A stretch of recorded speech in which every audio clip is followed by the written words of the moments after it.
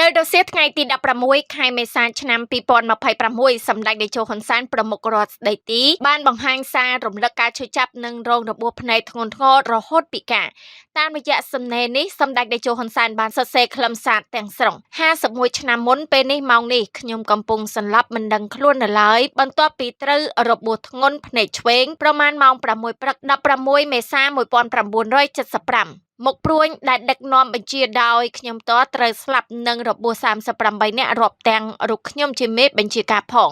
សំណាងល្អជីវិតខ្ញុំនៅរស់តែមិត្តខ្ញុំជិត30នាក់បានពលីជីវិតរួចទៅហើយសង្គ្រាមគឺបែបនេះហើយដែលយើងមិនចង់ជួបវាទៀតទេសូមចាក់ផ្សាយឡើងវិញចម្រៀងពីបទដែលមានចំណងជើងថាធ្លាក់ខ្លួនពីការដោយសារសង្គ្រាមនិងបទយល់ខុសគិតខុសជូនបជនរួមជាតិជួបតែសេចក្តីសុខសេចក្តីចម្រើនក្នុងឆ្នាំថ្មីនេះ កម្មវិធីនេះឧបត្ថម្ភដោយរថយន្ត MG